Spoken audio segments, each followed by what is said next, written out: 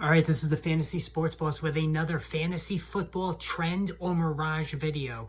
All right, in trend and Mirage videos, this is where I take a look at a certain player who's either struggling or vastly exceeding expectations, and to try to determine whether the numbers are going to continue and that this is the start of a trend, or they're going to go the opposite direction because it's a mirage. Now, today I wanted to talk about, and before I go any further, make sure you hit the subscribe and notification button. Later on today, the live stream, 5:30 or thereabouts, look for the notification. So make sure you join us for the fantasy football live stream around 5:30 later on today, Friday. So I wanted to talk about JuJu Smith-Schuster, who is a very popular a target of many in fantasy football drafts over the summer, including yours truly. I was very high, and I still am high on JuJu Smith-Schuster with the Kansas City Chiefs after coming over from the Pittsburgh Steelers. He's had 2 seasons where he caught 90-plus passes, one with Antonio Brown, one without during his time with the Pittsburgh Steelers. And already, 4 games into the season, Smith-Schuster is becoming sort of a polarizing player.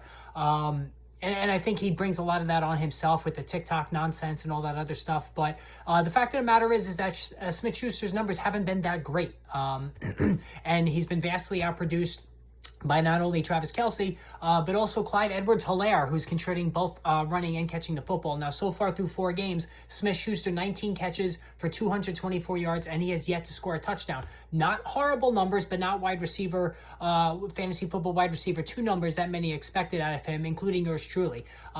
September 11 against Arizona, it started with 6 catches for 79 yards. And you know what? It looked like we were on our way to something really big with Smith-Schuster. It was a very good debut. But then the following game against the Chargers, 3 catches for 10 yards. September 25th against the Colts, 5 catches, 89 yards. Another decent game. And then against Tampa Bay this past week, 5 catches for 46 yards. So it hasn't been horrible, but again, no touchdowns, and there's been a lost fumble.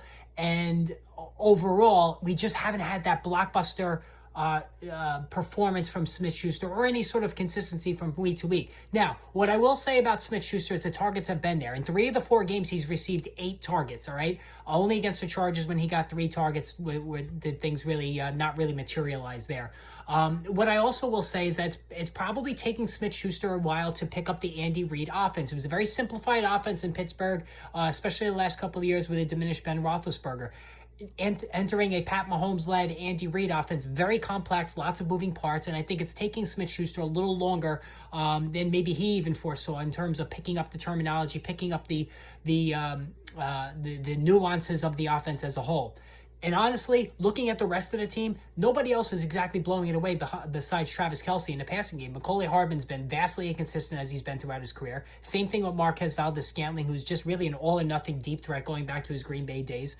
Sky Moore has not contributed, and the only thing he's really contributed is fumbles in the return game.